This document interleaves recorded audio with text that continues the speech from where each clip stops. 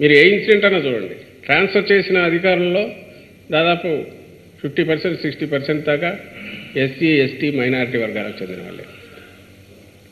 ఇంకా రెడ్డి సామాజిక వర్గానికి వెళ్తే 90% పైన కంప్లీట్ అయిపోతారు.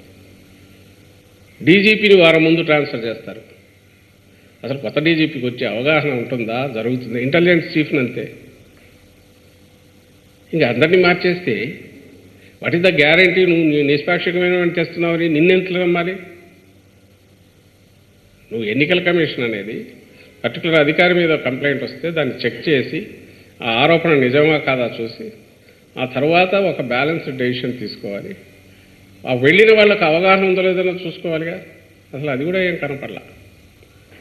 దాని ప్రభావం వరుసగా ఇప్పుడు కనపడుతుంది. మీరు గమనిస్తే ఎక్కడైతే వీళ్ళు హఠాత్తుగా బదిలీలు చేశారో ఆ బదిలీ చేసిన దగ్గరే సమస్యలు మొదలైనవి.